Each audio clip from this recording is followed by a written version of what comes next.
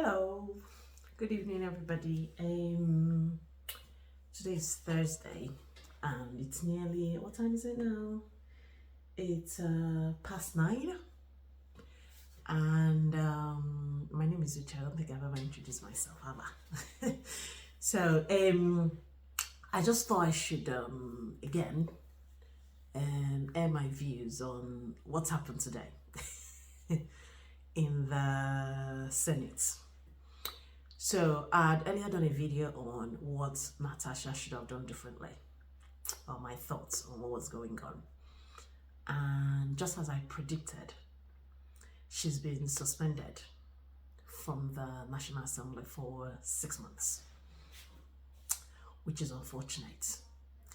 And if you haven't seen that video, just try as much as you can to just have a look at it. It's not very long, if you could. But anyway, I'm sure you can still follow along on this one.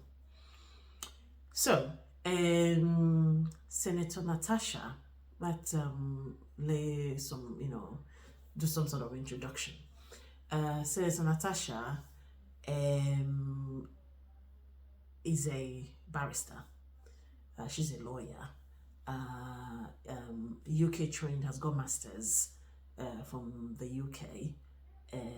She actually came into limelight sometime in 2018, I think it was, when she brought a petition to the National Assembly saying the petition, revealed all manner of corruption that was going on in the Ajaokuta Steel. And of course, the Ministry of Mines and Steel wasn't impressed with that. They did, challenge it to say that wasn't what was going on, but that was when I kind of started hearing about her. And of course, she also did contest for election at some point under, I think it was SDP or so, and she didn't win. And again, the last general election, she contested, and she did not win. In the election. I mean, she wasn't, what I mean by she didn't win is that she wasn't declared the winner by the INEC. It was the APC guy that was declared the winner, and then she went to court. She went to the tribunal, and the tribunal said, she was the one that won the election. She's got the highest vote, and that's how she got into the Senate. And we all remember also, prior to that election, she had some kind of issues with, I'm just trying to be very careful with my words. She had some issue with the then governor of her state, Kogi State, Yahaya Bello. Yahaya Bello destroyed the road leading to her town in a bid to prevent the INEC officials from bringing the electoral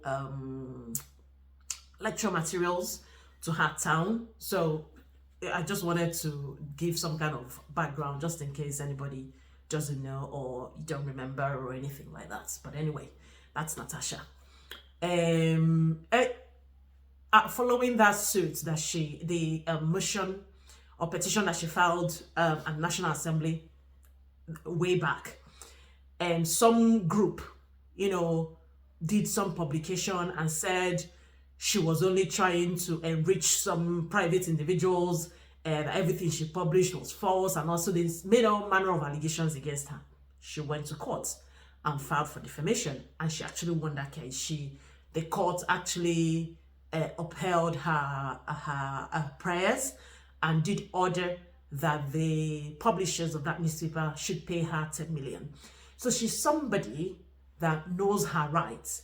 She's somebody that wants to make an impact. It's just for us to understand the sort of woman she is. She's not a pushover. She's somebody that, knows her right, wants to pursue it, wants to make a change in a society like Nigeria, if you know what I mean. So she got into power. She became a senator representing Kogi Central. Beautiful woman, talented woman, UK trained, tick, knows her rights, lawyer, tick. Great.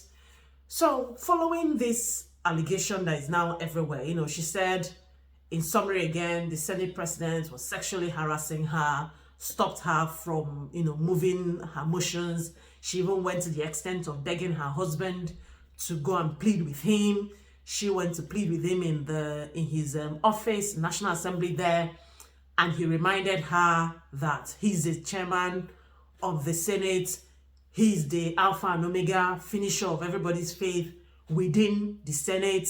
So whatever he says would stand, which is true. He is the third most important person in Nigeria. After the president is the vice president, then comes the Senate president. So he's that powerful.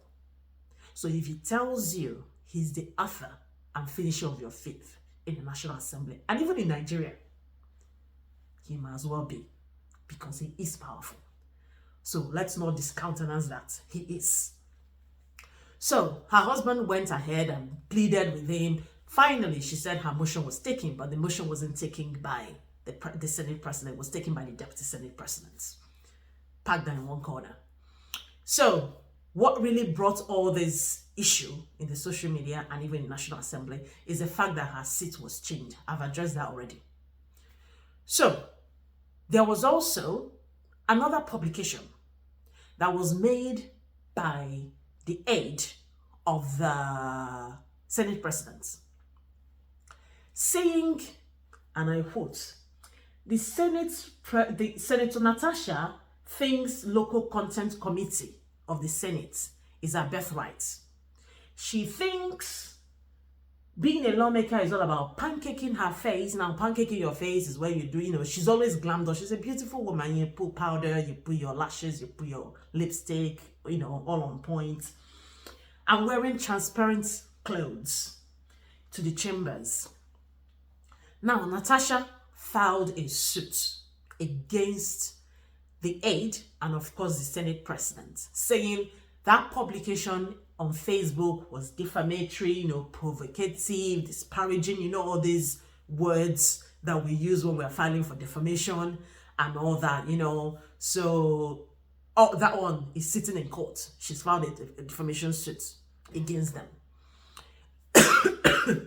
She's also gone ahead to file a petition against the Senate president in the Senate, right?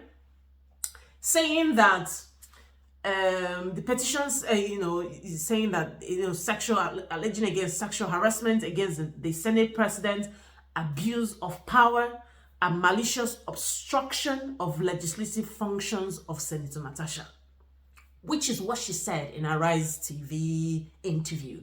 She did say, because according to her, the Senate president always, stopped her motion from going forward. He would either adjourn or defer it or whatever. I don't remember the term they use in the National Assembly, but would never let it go through. Anytime she wants to move the motion, something else more important comes up and wouldn't let her. So this is her now saying the Senate president is preventing her from carrying out her legislative duties. You get that? Okay. So the problem then was, again, that issue I mentioned about, before you fight. Now I'm talking to we women, even to myself, because sometimes we get so emotional about stuff. Sometimes we quick to act before we think, before we analyze stuff. Sometimes it's so overwhelming that we have an outburst, and then the men look at us and go, you're emotional, you're incompetent, you can't do this. So she filed this petition and signed it herself. Get that? There is an order of the Senate rules that says a senator cannot present a petition signed by himself or herself. So she's in breach of that role, right? The Senate have now said they would not entertain it. So she went ahead to file another one. This time around, did it correctly. Got some of our constituents to sign the petition.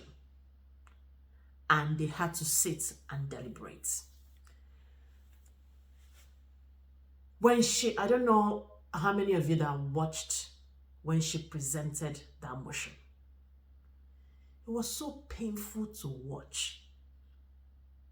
It was so sad.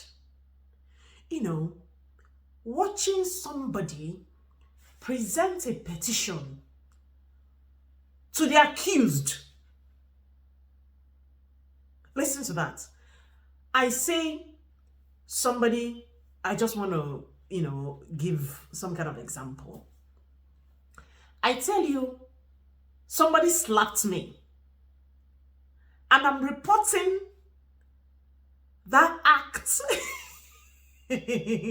of slapping to you that have slapped me. And I'm telling you to get the committee of ethics and all that to investigate you that have accused of slapping me. Make it make sense.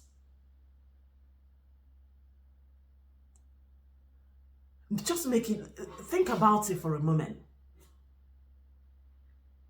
That you're the judge, in quotes, of your own case.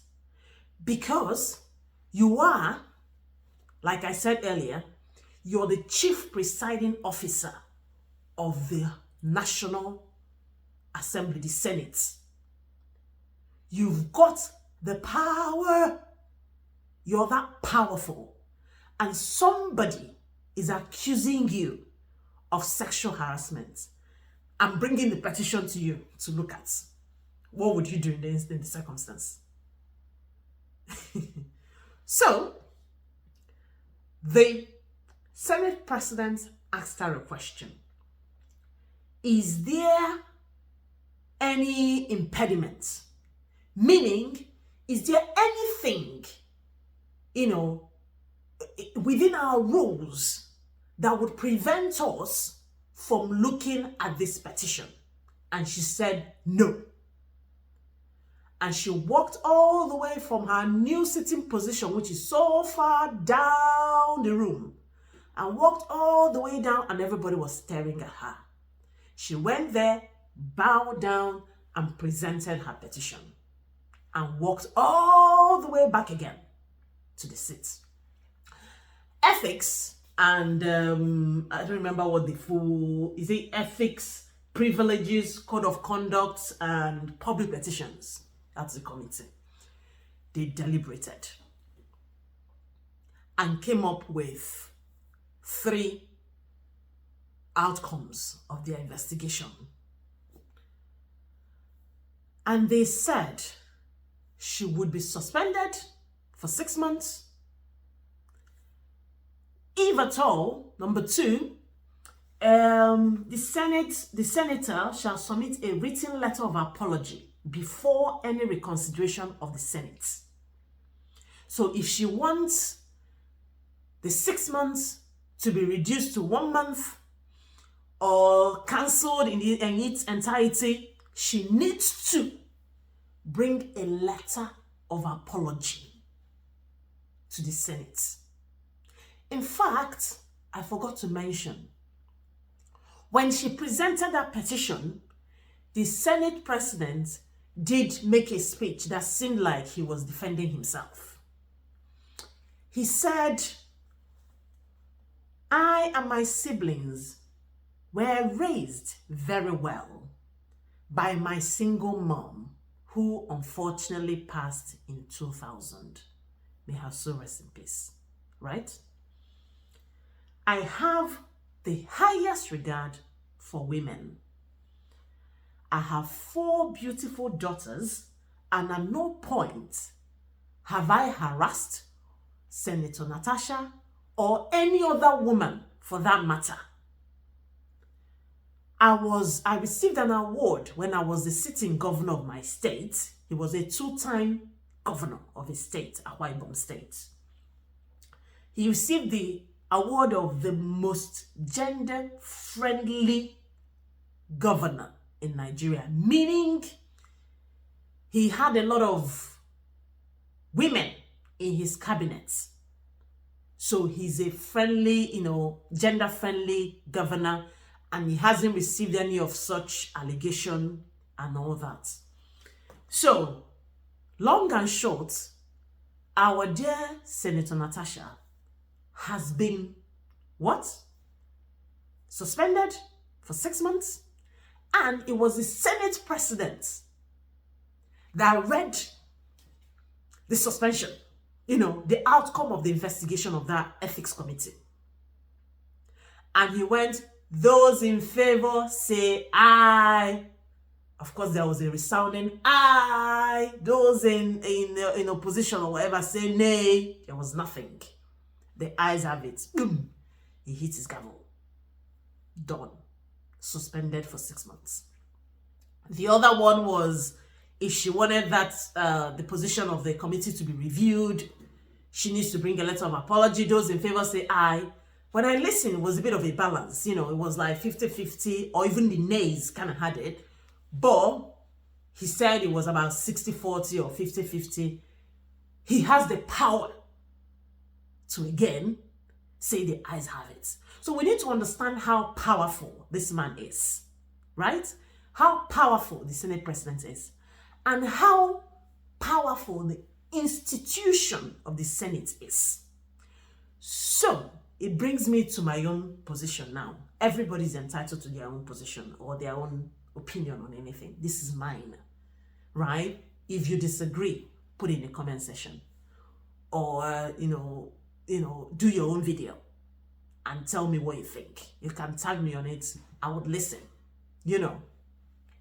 So my thoughts as a woman. First of all, let me say, I'm not in any way discountenancing Senator Natasha's allegation. I'm not in any way saying, oh, she shouldn't have, or this happened or did not happen, because I was not there. And I'm working with what has been shown to us in social media and the news and all that, the interviews. She says she's got evidence. So we shall await that evidence to be unraveled.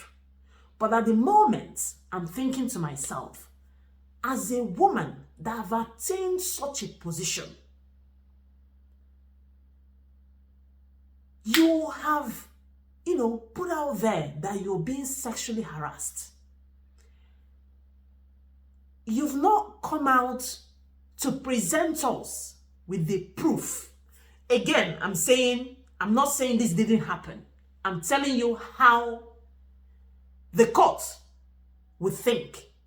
Because the court does not work with sentiments. The court would not say, oh, you're a woman, therefore, we will just take your oral explanation of what happened without any concrete evidence to back it up. Because he who alleges must prove. She hasn't done that, right? Again, I'm a supporter of women.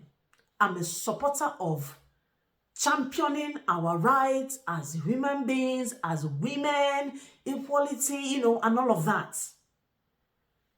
But for Christ's sakes, we're talking about Nigeria. We're not talking about a country. I love my country so much. I love Nigeria so much. But we're talking about the decay of institutions in Nigeria. We're talking about institutions that have been held to ransom by a certain group of persons. Right? I'm talking about somebody bringing such an allegation against such a powerful person in the country and just flippantly just throwing it out there and not thinking about the impact and not thinking about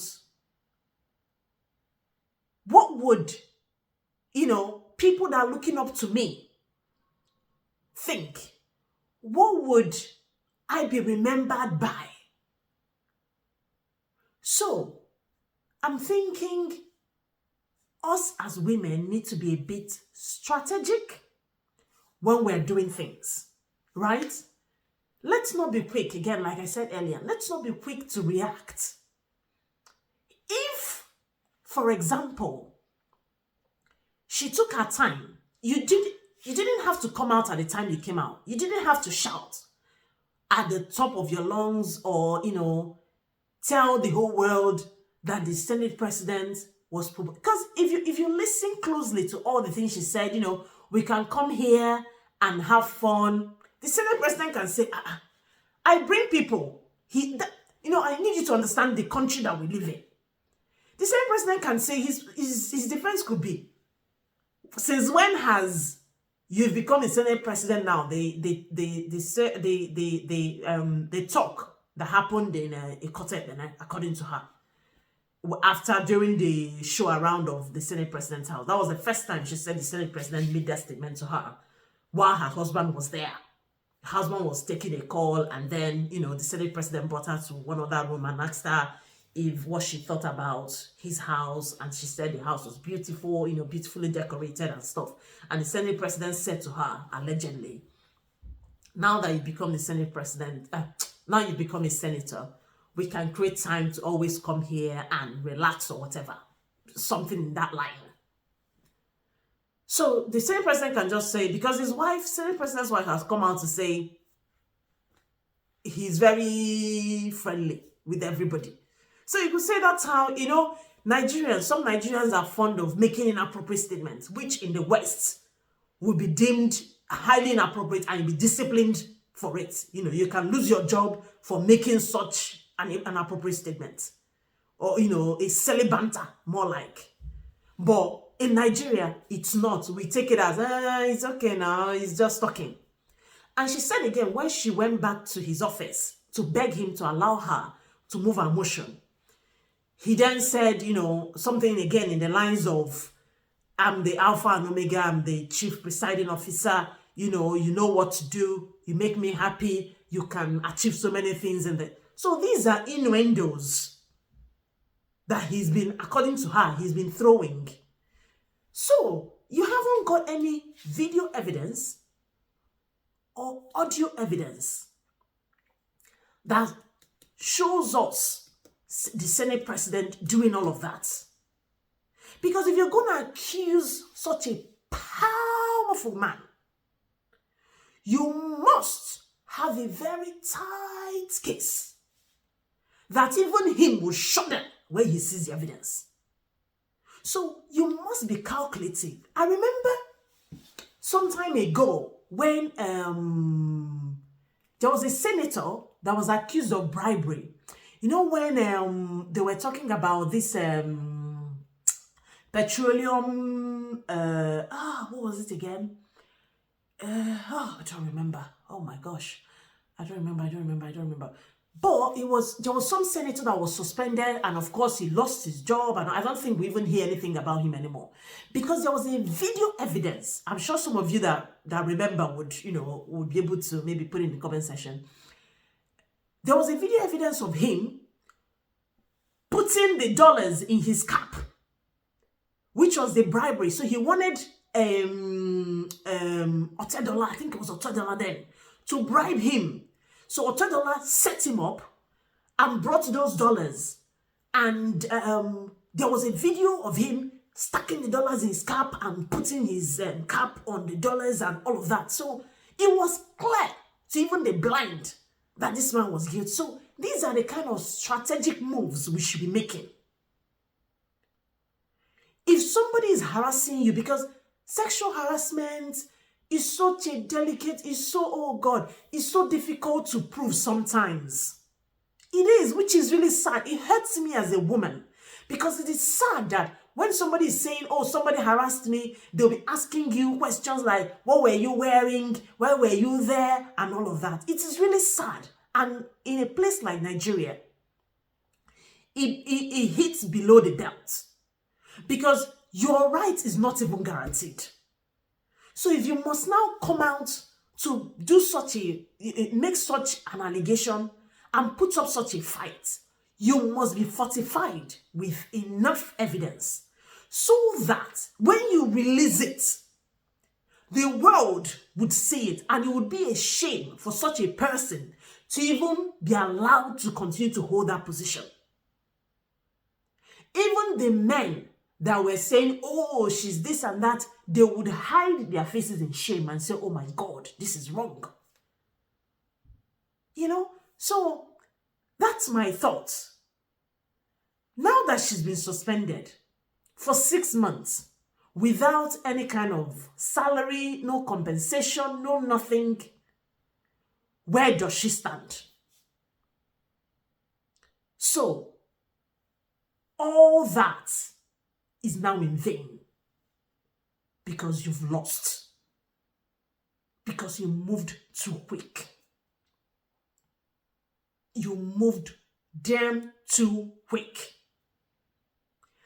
My honest opinion, if this was in advanced country, in a more civilized Nigeria, it is what it is, we know. But if this was in a different country, the Senate president would not even be there when that petition is being presented. He would have resigned and let somebody else step aside to allow that ethics committee to investigate and then come up with their findings. But in this case, it's just so you understand what's going on. In this case, it was the same person that you are accusing that is taking your petition, and it's the same person that is even delivering the ruling. You know, he's the same person, so he's the judge and the jury in his own case. Tell me how the ethics committee would come up to say, oh, we found you guilty. It's not possible. This is nothing but a mad joke, as they would say, you know. It's not possible. Let's be logical here. You think the ethics committee would come out and say the Senate president is guilty? Are you kidding me? It's not possible. So find ways, you know, find ways to get it